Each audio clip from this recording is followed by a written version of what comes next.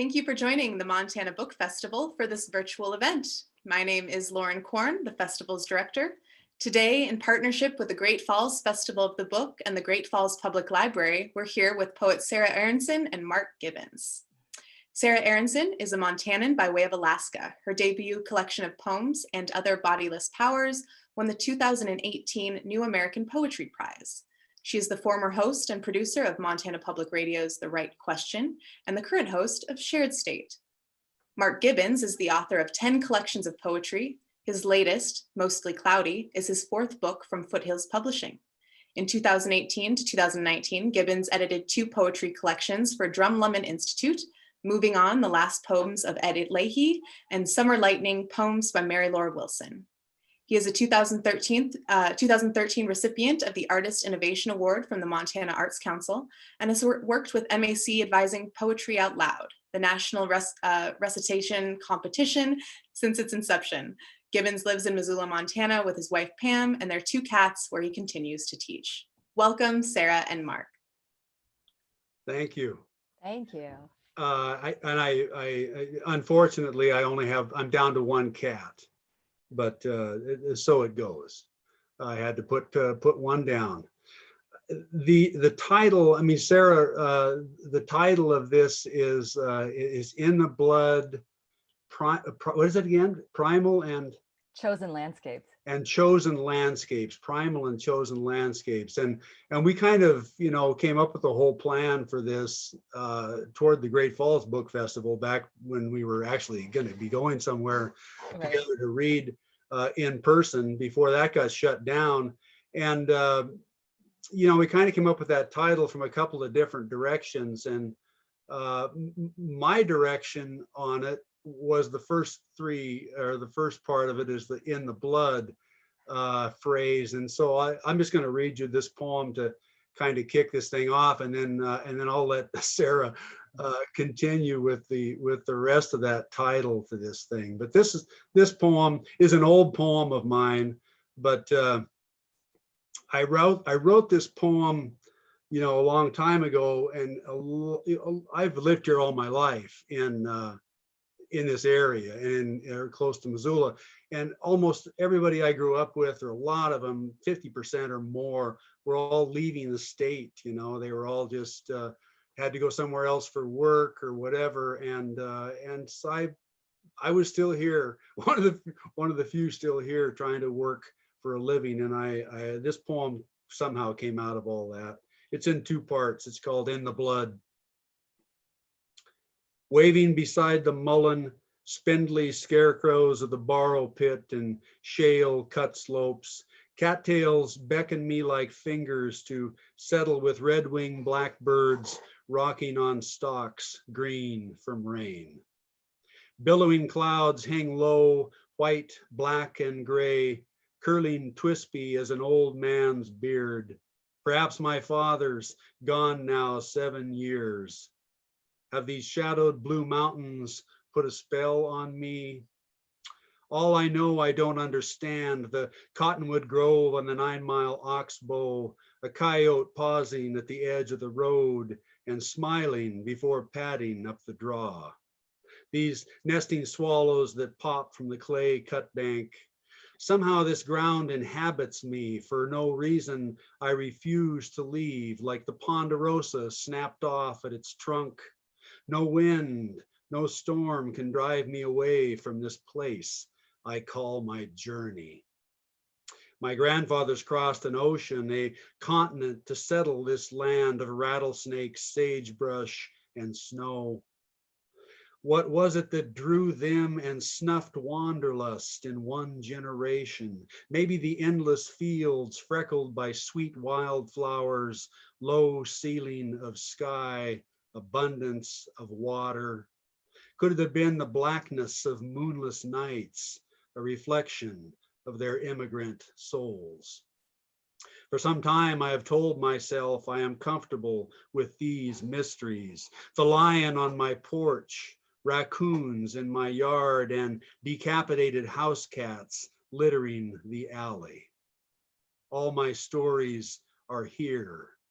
Why do I think if I left, I would leave them behind as if I could lose dirt and memory like luggage. When I'm alone, I hear voices whisper. I'm afraid of losing my grip. 2. Right now, I float the Clark Fork, climb plateau in my mind, follow the game trail that leads me up Gobbler's Knob and back to the pact I made with the deer. My hands covered with his blood, slippery and hot. I worked the knife inside his chest, cut free the entrails and claimed his bones. Before I was through, his agate black eye faded milky gray blue. I cannot shake it, my pledge to a dead deer. Like my dad's ashes I poured into this ground. I need this story to haunt my dreams, to explain in words what I can't, my attachments to dirt and blood and ghosts. The buttercups and arrowleaf balsam root, dewy on the rocky hillside, wood smoke hovering in a stand of lodgepole pine, cold creek water gulped and swallowed, slaking an August afternoon thirst, distant gunshots up Faley Basin, the squeaking crunch of snow under my boot sole, followed by silence only broken by blood ringing in my ears. The osprey have returned to their nest. Even they would move on if the river ran dry. Have I become the blood of the deer, tied to a rhythm I cannot name? Stay, stay the course, the buck whispers. We are waiting in the river, your father and me. We are shimmering in the aspen leaves. Listen to our voices, the water and the wind. Close your eyes and you will see. So there you go. That's a little in the blood thing. I'm gonna throw this back at Sarah and force her to read something now. So Mark, I can already tell we're going to have fun. And I also think that our listeners can make a drinking game out of every plant, specific plant reference and bird reference. Okay. So if you hear an osprey or a red-winged blackbird or an aspen tree, bottoms up. Sounds good. I just want to start by thanking Lauren Korn and the Montana Book Festival for inviting us, because we are like transplants from the Great Falls Book Festival. And also I just want to acknowledge that I'm reading from Missoula, Montana, which is the Aboriginal territory of the Salish and Kalispel people. And I'm grateful to live here. And Mark, thanks for reading with me. The last time we read together was after a blues band. And that was a hard act to follow. And over Zoom is a hard thing to do, but I'm glad it gets to be with you. So Me too. I'm reading from this collection of poems and Other Bodiless Powers. So I'm going to hit the mullein plant right off the bat in echo of yours, and then 2 blood poems. This is called Siloed. As if not everything had rusted. Dry wheat bent from seed. A split rail fence, its 3 crows panting. Each mountain division was lit up or about to be. Summer staggered, antlers locked. Lamb's ear and mullein root suckled. I stood beneath a lodgepole rib cage, smoke blind. If you come back as the sky dressed as sky, I'll be the hacksaw, a cricket grafting its wings.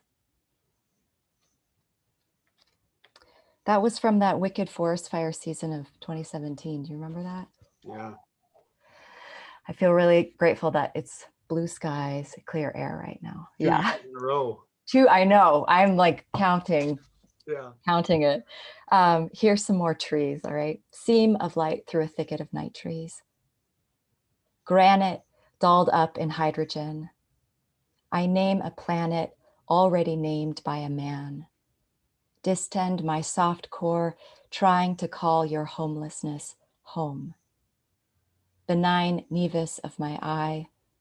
How long can I stand on one leg? when even my brother is ions, blood cells, every form of suffering? When will I know you won't need a body that is mine? Letting blood be sap and rain in my mouth. Take my right hand, left hand, turn my palms up, draw a card. And the last blood poem is the first poem of this book. And then I'll toss it back to you, Mark, okay? If not thirst. If not thirst, then this blood crescent welling in a trout's small eye. The heart so near the jaw. The water tasted thin. I kept wrapping my hand around my own throat. That same spot on the river called me back. For weeks, it was meltwater, then forest fire, a patch of sun scalping golden trees. Culling the understory from the berries, white spiders crawl out. A crow from the southwest at sunset. We exchange in murmurations. I take in what your good eyes render, press my finger to the page folds, becomes the stalk of grass I put in my mouth to whistle you back. Nice. I don't know. There's, as I was telling Lauren earlier when we were chatting, is like there's just way too much to try to do here, and I rather than just stick closely to the book, which is this is the new book, the book that we just published here, Mostly Cloudy. This book also is full of photographs. The cover image and the photographs inside were taken by Kurt Wilson, a photographer here in Missoula. So it's kind of a nice thing to leaf through along with while you're reading poems. And I'll get to reading a few out of that before we're done here. But the other things that I want to say, I wind up writing, I guess, a lot of poems for people. That's just kind of, we talked about this not too long ago. We had a conversation not too long ago. So this is a lot of rerun for Sarah, unfortunately. I love it. I love it. But I it's a lot of my poems have dedications on them because I bounce back or toward or in reflection, or I'm inspired by another person. And this person was an old friend of mine who just recently passed away. He was a poet. He lived in Big Arm, Montana. His name was David Dale. And David attended the University of Montana graduate writing program back in the early 90s or late 80s, somewhere in there. And I met him up in Ronan. And one of the things I really loved about David's work, if you've never read David, you should check him out. He's in the library at the university and around here and there, probably still in some bookstores. But he wrote in a child's voice most often. That was his preferred poem was in a child's voice. And I was never even came close to being as good at that as he is. But this was a childhood memory, and I dedicated this poem to David Dale. So I'm going to read this. It's a little bit of an older poem. It's called From the Ashes of Erection. The fall I turned 11, I rose in the dark. It came in a vision before sleep, the board fort. I'd build it inside that corner of the Milwaukee Railroad's right-of-way fence up the hill behind my house. I scrounged lumber from Dewald's woodpile, 1x12s, 1x8s, 1x6s. Swiped 3 sheets of rusty corrugated tin. My friends brought hammers, a shovel. The 2 fence walls went up quick and strong, nailed to posts, rails, and braces.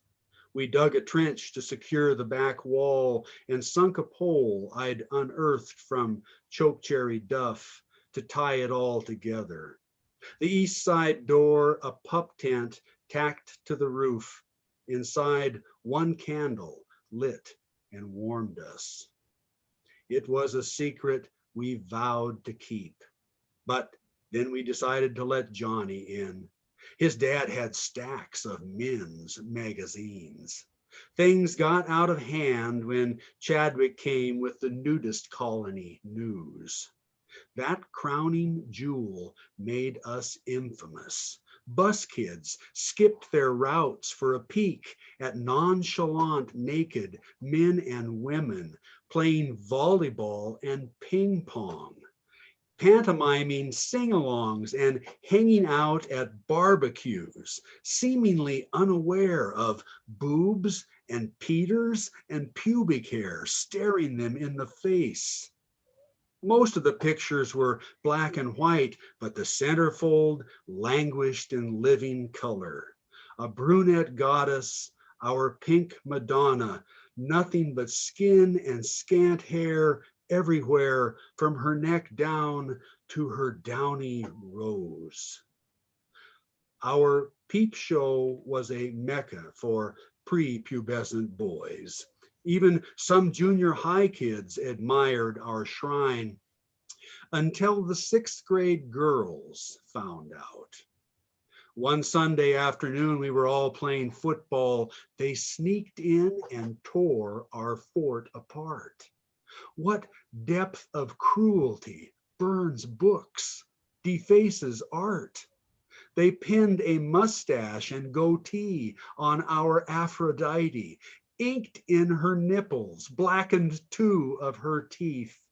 Those little vixens gave her cartoon voices. You nasty boys, shame on you. Do your mommies know you're looking at me? One of them even peed on our only Playboy.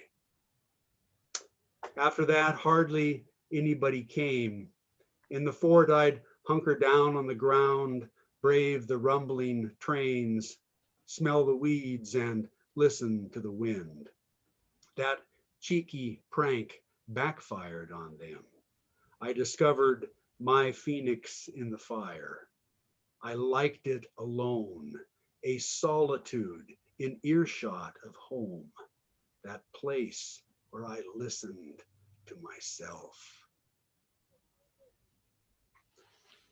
Lots of forts when you're a kid, right? I'll read one more since I'm here, and then I'll throw it back at you. And this is stumbling along in the line of people again.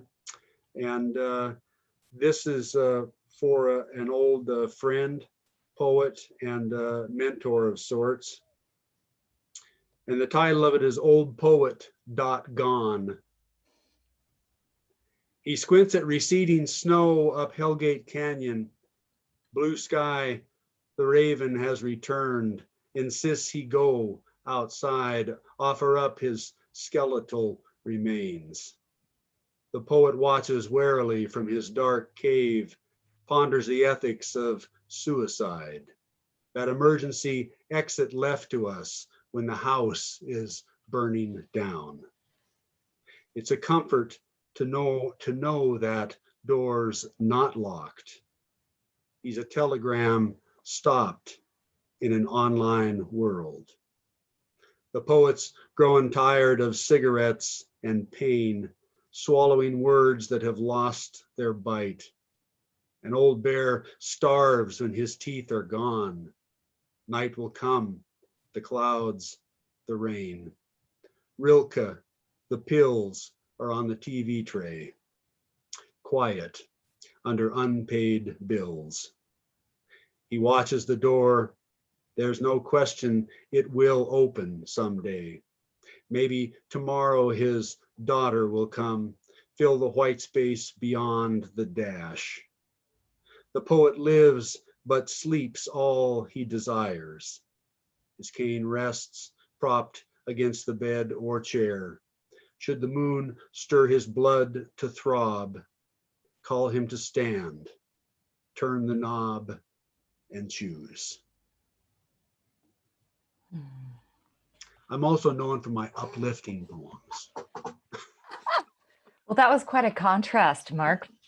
thought so. I don't think well, I know for certain I don't have anything like the first poem, but when I was sitting with my book this morning, I realized I got to read dedication poems because that's one of your gifts. So I'm really pleased that I'm going to read like the only poem in my book that has a dedication.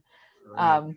And it's for my brother who worked on the Turkish-Syrian border for a while doing conflict management work. And our family was worried for him. And so I got to write this poem in thinking about him. It's called The 45th Parallel for Glenn in Gaziantep.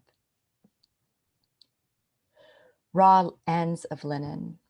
We stood at the true midline near a great seam of earth, ripped apart, tracks in parched dirt, a trilling canopy. We stirred creamed honey into yogurt. I asked you to name the body of water. Too many lakes in the brain, you said. Now you're talking orchids and apricots, makeshift counterbalances to the assignment you were given. The border war continues. Our father wrote, sometimes work is just that. Like taxidermy, life bears a hollow resemblance. Animal bodies clutter every droning highway leading out of this valley. I drive south with the promise of new latitudes. Think of you sketching your other hand blind. How is it I've just found the atlas of your handwriting? When Mark and I were talking about the subtitle of this reading, I have to cop that it is stolen from the Jack of all trades writer, Joe Wilkins. And Mark was like, what the hell does this even mean? And I was like, oh, well, I stole it. And it means something very profound to me because I'm not from Montana. I'm from Alaska. And Alaska lives in me. It haunts me. And Montana is alive to me in different kinds of ways. So I'm going to read two Alaska poems. So here's the Primal Landscape, Mark. I'll give it to you. And there's a little bit of a child perspective in here. So there's no Playboy magazines, but maybe you'll hear something else, okay? We'll see if I can do this. I got to take a really deep breath in order to read this one. It's called Amalgamate. I surface aspirate blue, the mother of pearl edging on a button blanket, cedar strips steamed, then bound, a bent wood box cupping tidal foods, limpets and mussels, red ribbon seaweed and sea cucumber. Swaddled in the duff and mold of a life-size eagle nesting tree before the museum is raised for asbestos and breaking fire code, where the pallor of my waist is first mentioned by the gear shift hand of a boy. I come mesomorphic from the inherited hands of milkers, fruit pickers, the spawn of chachacos who steadied a single wide against the Willowa under the loom of Thunder Mountain's chalked ridgeline. Termination dust arriving each September, sometimes earlier. This season, school children make fish camp, mouth gunash chish, and unflinching elocution of strange things done in the midnight sun under whiteout gymnasium lights to offset 18 hours of permanent dark. The PE teacher slumps over Seagrams at the Eagle's Nest bar, watching trawlers in Auk Bay Harbor while algae proofs the anchor chains. Tomorrow, he will set up the two-legged high kick with a wiffle ball hung from baling twine to the backdrop of slicked-up seabirds in Valdez and someone's father explaining how crude oil unsettles over saline. And then I'll read this other one, Mark, and then it's back to you. This is Potlatch, 1988. Say the fish didn't run and the berries grew in hard. Your traps wouldn't set and the dye refused to take. The blubber soured.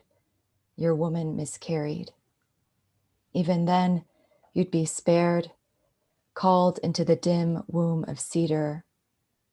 We were there too, holding red-checked fry baskets from the bar next door. Nice. your primal landscape, reminded me of when you threw in that little bit of Sam. It reminded me of my introduction, sort of, to the idea of the Great White North was through Robert Service, through those poems that my dad used to read, and those old sourdough poems and all those tales. And it was like, wow, that was a landscape, you know. I mean, obviously it was mythological almost or whatever, but I knew it had really strong foundations in reality. And so it did transport you in ways that you want good literature, I guess, to do. So I got to go to the North Country when I was a kid, but I never got cold. I got cold enough in Montana, I guess. Yeah. So what do I want? I'll read this just for kicks. Another thing that popped up was while you were reading that was just the references to animals on the highway and all of that we deal with. You know, I mean, every year when you hear the number of like roadkill deer in the city of Missoula, that just blows your mind. It's hundreds, you know. Wow. And you think about the numbers of animals that are killed all the time as we're busy running around in this country. This poem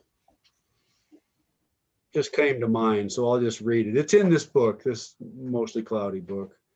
It's called Behaviorism. The crippled doe hobbled across the street, twin fawns scampering behind. The scars on her right flank and ribs indicated more trouble than a bum leg.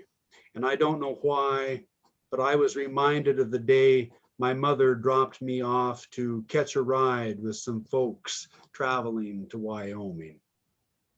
Having graduated the week before, I was heading off for the summer to work in a VA hospital as a psychiatric aide, studying abnormal psychology. At 17, I was excited to be leaving home. Since grade school, my mother and me had weathered my dad's descent into a red-eyed hurricane of booze. I told myself I was going to find a way to save him from himself. Of course, that mission took me away from her, that trip all sons must make, but I wasn't prepared for it, that goodbye, her clean break, the quick hug and peck, the tsunami of emotion that spun her, sent her running for the car, one hand up and waving, the other covering her mouth to muffle, hold back the wave, that wail all animals release when something they love dies. I didn't know then our time was over, nor that mothers carry a stony weight inside, an odd burden they grow accustomed to, like hunger or pregnancy, similar to holding a child on the hip, sun up to sun down, what calls for their milk and full attention. They take those blood phantoms with them to the ground, like a doe bedding her fawns. And I'll just read this because it's right next to the other one. And it takes us into summer. And since it is summer, what's left of summer, it's supposed to be hot in the next few days. This is a poem that I wrote, again, a dedication poem. They're all dedication poems. This one was for my friends Robin and Jeff. It's called Summer Days. 80 degrees, a slight breeze, blue sky, bird calls, butterflies and bees, a perfect day to celebrate. Though surely love survives, thrives in any weather, desire demands heat. Lust wants it all now, like this July tongue licking thighs to flame.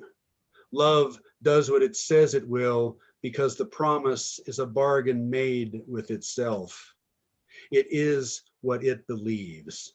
True love cannot be taken back. Once given, it is passed along The only way to get more is to give it away. Like a fan creates a vacuum, to stop loving stops love from coming in. And without love, there is no dance, no song. No one cares once love is gone, lost. We are going to die sooner than we think. So why stumble like zombies craving meat and brains? Hearts may break, but love remains if we can forgive and love ourselves. The world will follow suit. A heart played calls for a heart. That's the trick. Letting go allows love to flow in.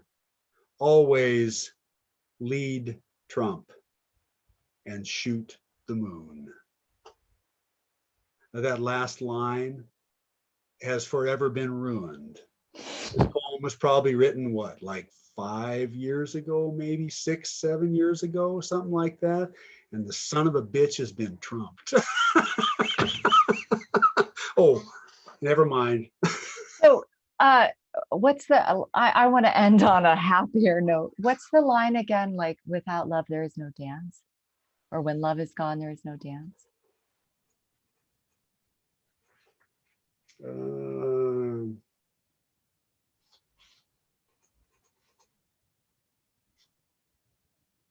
Like a fan creates a vacuum, to stop loving stops love from coming in. And without love, there is no dance, no song. I would like you to record that on my voicemail. So I could listen to it forevermore. Mark, your first poem took me to my other life, which as a psychotherapist, which is my daytime job. Yeah. So this is about the chosen landscape of Missoula, Montana. You might recognize some scenes of this poem. Solitude of ether. All day, women come and go from my office. Build her a nesting place in safety. The gloom burns off from the waist down. Warblers hook their tiniest songs to fog. This time of year I nurse wet hair. New crusts of mud form around the legs of dead grass. The nights come to us singly. The cold has told me to give up. If only I could hear your voice. Before runoff, a river otter begins wringing out dirt. I was aloft and marching across the town's only bridge when someone called to ask what kept my attention. Nice. And then I want to skip to two little watery poems from the Montana scene. Let's see. Here's a little short one called Contour Line. And I don't know, Mark, if you've been up in the Mission Mountains lately, but one of my favorite lakes in the whole world is up there. And this little scene took place there. Contour Line. A cairn is hunger engineered. You take the goat track. Visible roots clench the lake bed. I swim out to milk the sky, bed down near a man I do not know. He pleads to let his dog sniff me so he won't be kept awake all night from the begging. I consider which part of myself to offer. The ant, a single flick away. Understand, you have been gifted this solitude once. Does it matter I wished for loons? The resolve of your tongue like snow. And then here's my, what I'm going to call my commercial love poem that ended up on the back of a Montana magazine, a glossy magazine. So Right. Here you go. As a consequence of moving forward, the river bottom circles your ankles downstream. My fingers wrap around either side of hawthorn to steady against runoff. Stoneflies break into shaky flight. I lay orange peels beside their split gray husks. Lose sight of you, mending into a wide hold, casting with the favor of wind. I have married a dozen fish already, hefted my share of canoe. Battened on a creek, I was only trying to read the sky on the water. No, the water behind the shadowed boulder, where an ancient steelhead is swaying, swaying, but holding. All right. I'm just like rocking in the water here. I'm just about, it's quite nice. So I'm going to have to find something. I've got to find some water. And I think I know where this is at. Hopefully it's the right, yeah.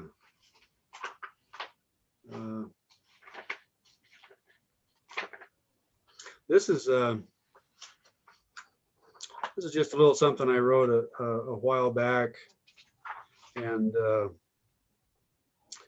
I actually was right around the time that Dave Brubeck died, and you know, being the dedication man, Dave's name is on this poem, but it's more of a water poem. It's called Stone Drum, a river meditation. And it came to be oddly enough, because I was contacted, it was kind of one of those contracted things that somebody was asking, could you do something along the lines of, and it was a project involving the music department and the science department. They were studying stoneflies. And so anyway, that's where this poem kind of, the origins of the poem came from. It's called Stone Drum, a river meditation.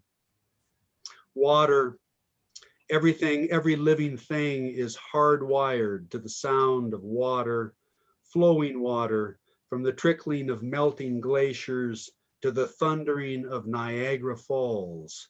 We're all drawn, all thirst toward its damp promise, be it pool, puddle, or brook. We wouldn't exist without water.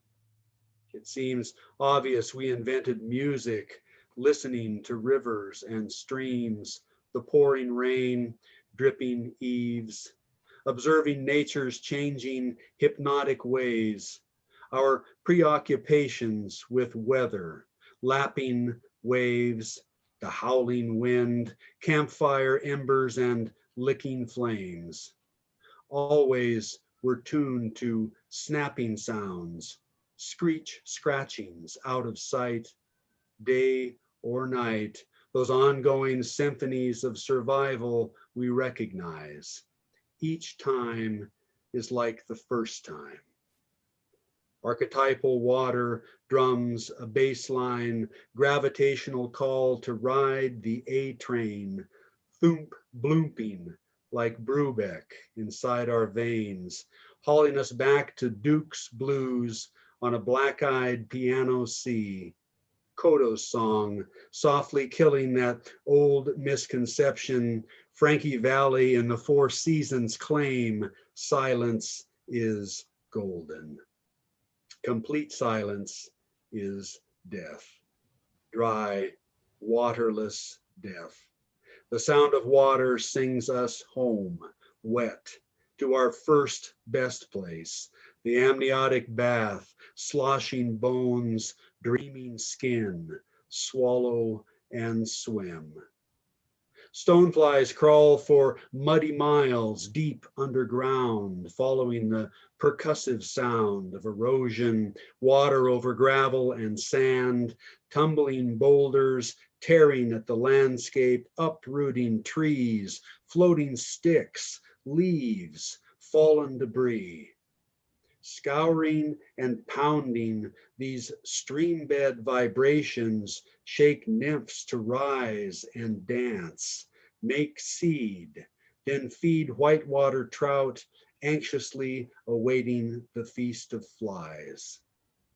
When the runoff is done and cloudy creek currents settle clear as glass, riffles rattling to a clattering roar, the stream song invitations, those skeleton husks littering the shore, announce like It's a boy, cigars, dinner has taken wing. Trout feed fat in eddies then, when stoneflies flit above the spray of that deafening, breathy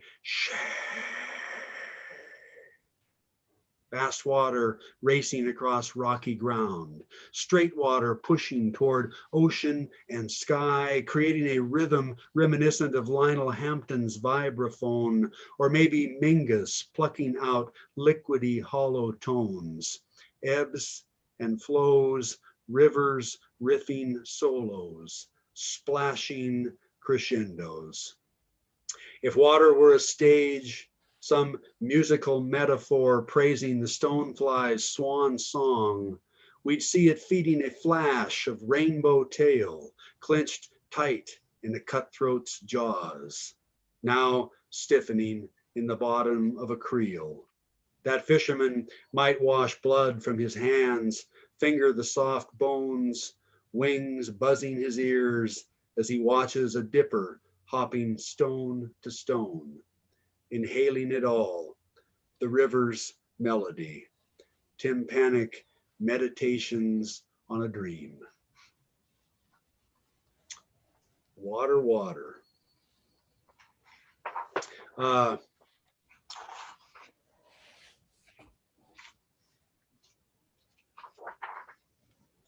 going to read this before I forget about it. One of the things that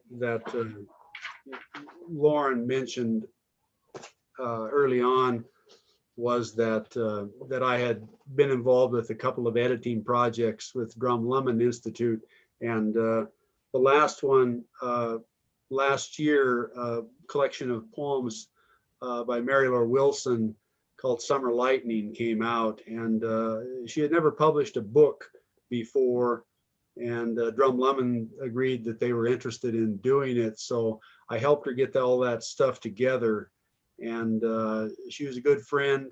She passed away earlier this year, not too long ago. And this is a poem that I dedicated, of course, to her and wrote at the time that she finished her first book of poems. And it's called Hearts and Spades, and it's for Mary Laura. A glance at the clock, the one in my head, read in increments of memory and calendar years, reminds me I am now a member of the Senior Citizens Club. And in that revered order of accumulated wisdom, where elders wait in perpetuity, I find my instincts for herding kids and dogs has evolved into monitoring my fellow gray-haired friends. So when I don't hear from someone whom I regularly hear from, death is more than a possibility. If and when they surface and smile at me, my pre-panic elevated heart rate jumps to joke, "I thought you were dead." No explanations necessary. We sit down and cut for the deal. I watch them shuffle the deck, notice the texture of their hands, the stiff fingers, their skin, and mine. I gather up the cards, holding them a little closer to my chest, and catch them looking at me. I smile, take my time slowly arranging my hand. We both know there's no hurry here. Waiting is a key part of the game.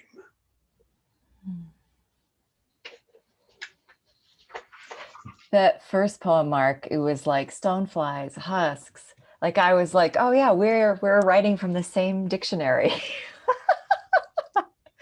The Montana Landscape Dictionary that you get when you are born in the state or arrive in the state, right? Well, yeah. I mean, I think that a lot of what people come to expect of Montana poetry, Yeah. or whatever this region is. I don't know if Alaska is lumped into that. Of course they're not, because they're a totally different area. But people think about that, places like that, remote places, in terms of the landscape. Obviously, the landscape is huge Yeah. right? I mean, it's a life or death sort of thing, or at least it has been in the past. Maybe not so much now, but it can be. Right. And so and when I hear a lot of that in your work. Uh, uh, it was funny. I just read that 45th parallel poem before you read it, and Oh, funny. that was one of the poems that wasn't as loaded up with all that stuff Right. of the Right. landscape. But and of course, whenever I hear that stuff, yeah, I've got a bunch of those tucked away too. They're maybe not as thick as yours, because these people keep creeping in and out of all my world all the time. Just haunting me. Thank goodness you have humans in your book. I know. I feel like my writing is often like the Alaska understory, where you cannot bushwhack your way through, and It sounds beautiful. it's very thick. I'm gonna read two more poems, Mark, and then I'm gonna call my part of the reading done. So maybe you can take us out with your beautiful reading voice. But I'm going to take us to Texas, because when you are raised as an Alaskan, you are taught to that your natural born enemy is a Texan, and Texas is your competition in life. And I had a chance to go down to Big Bend State Park and Big Bend Ranch State Park in West Texas. And God damn it, I fell in love with that place. So here's to that. And it has an expletive for sensitive ears. Okay. It's called insulation weathering. Nothing that happens to you in this life is unnatural. The creek maims the road. Border dog lamentations. A mother cloud and her offspring.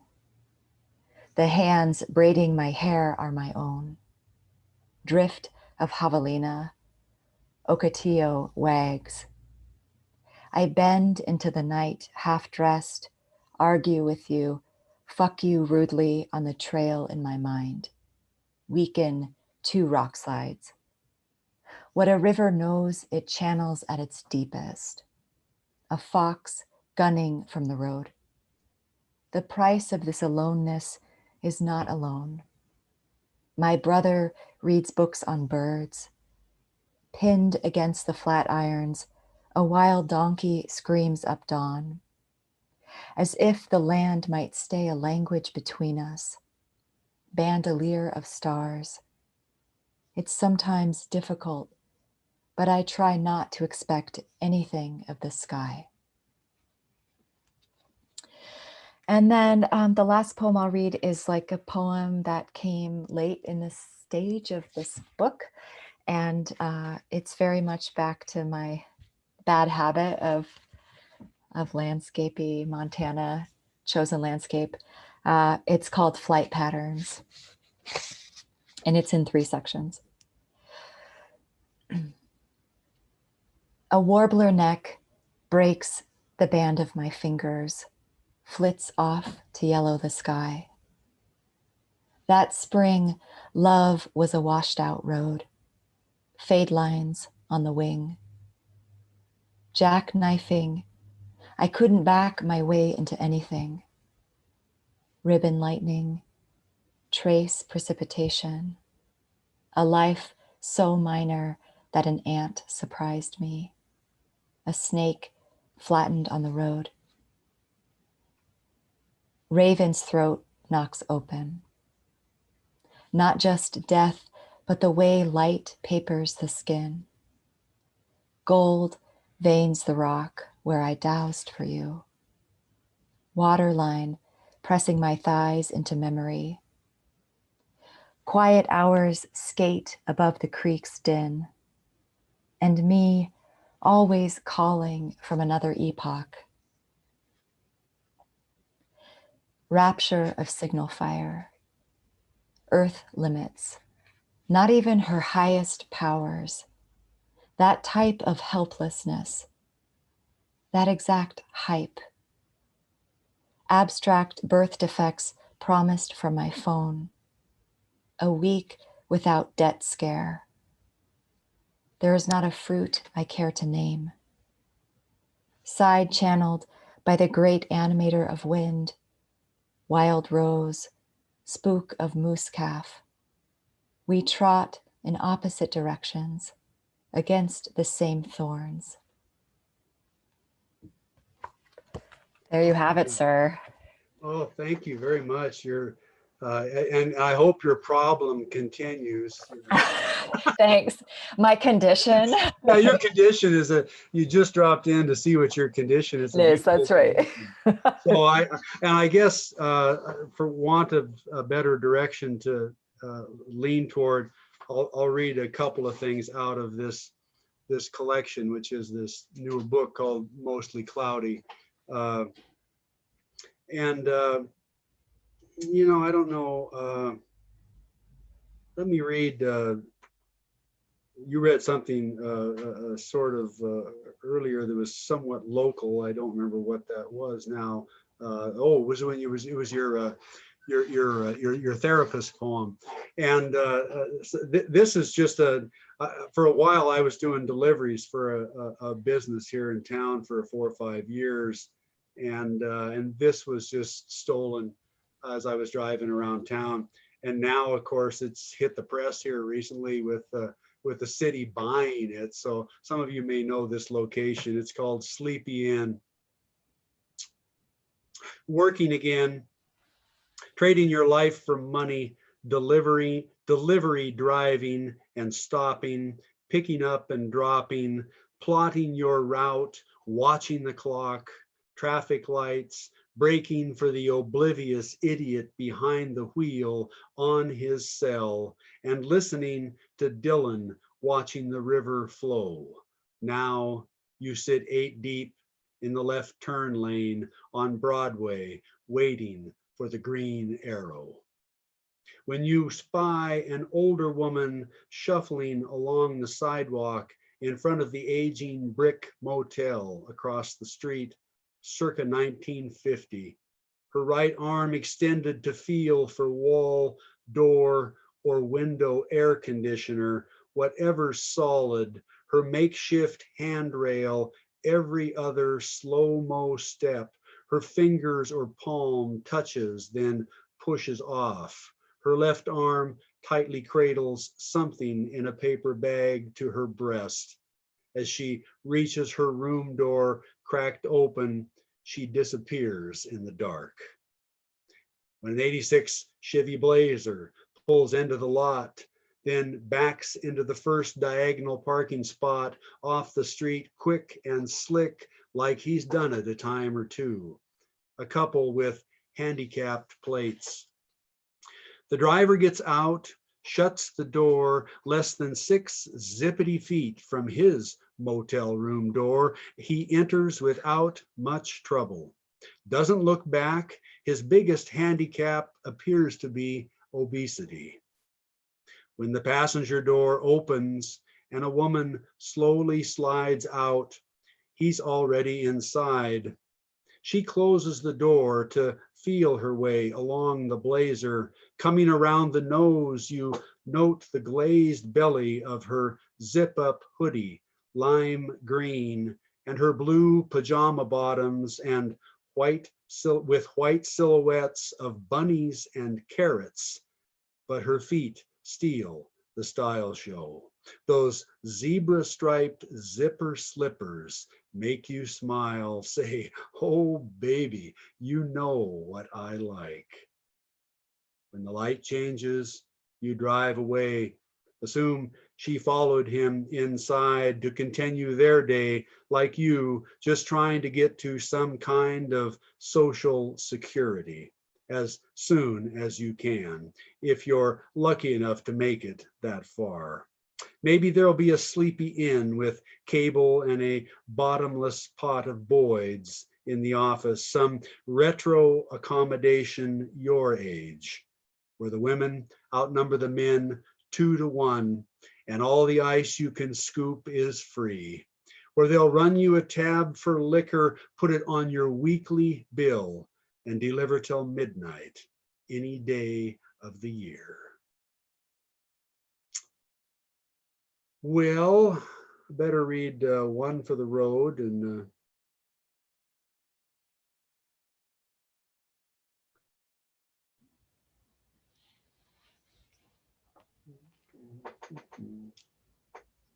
I'll read this. I haven't read this yet, and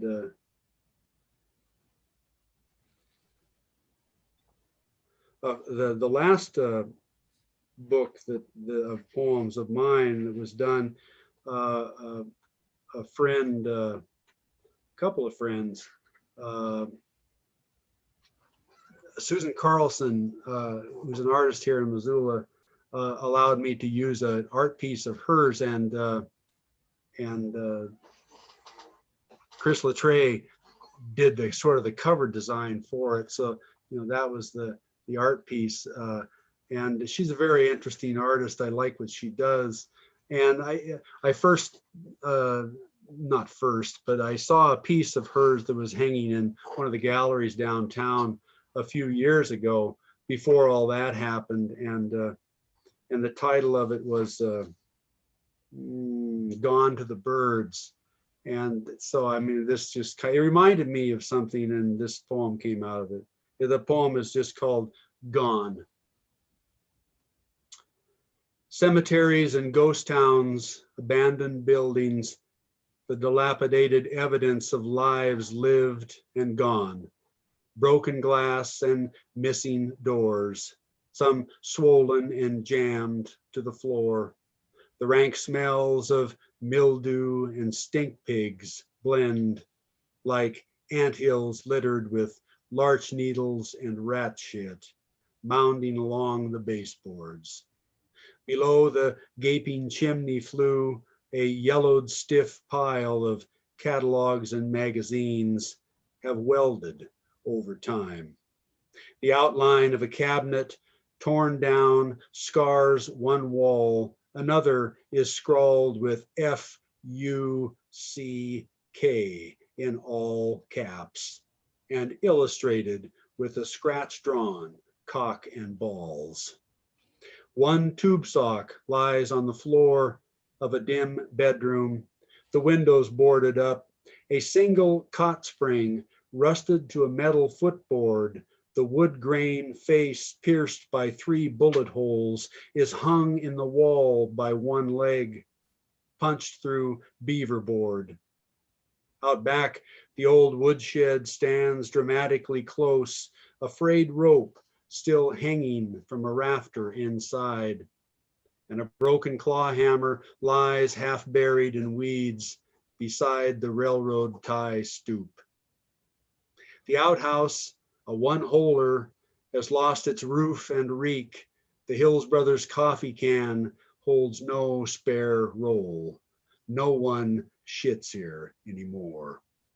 One story has it, the young woman drowned, swimming in the Clark Fork River, pregnant with her third. It didn't take her husband a full year to follow her off the Rock Creek Road. Everyone knew he'd drown in a bottle. The girls were farmed out to next of kin in the Midwest, taken in like little birds fallen from the nest. But who knows? These headstones are almost 100 years old, so it must be a fairly safe bet. The daughters are gone now too.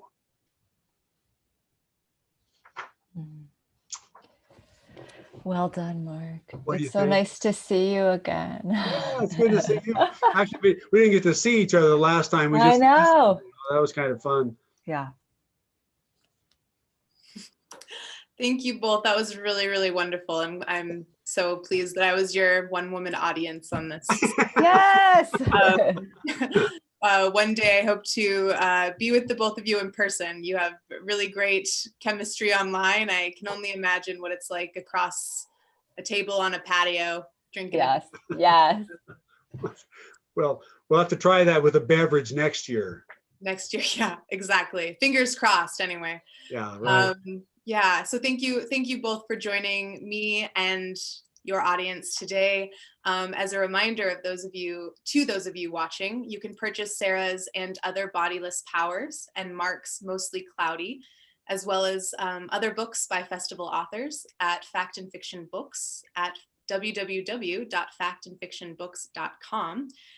You can purchase festival merchandise at www.montanabookfestival.com.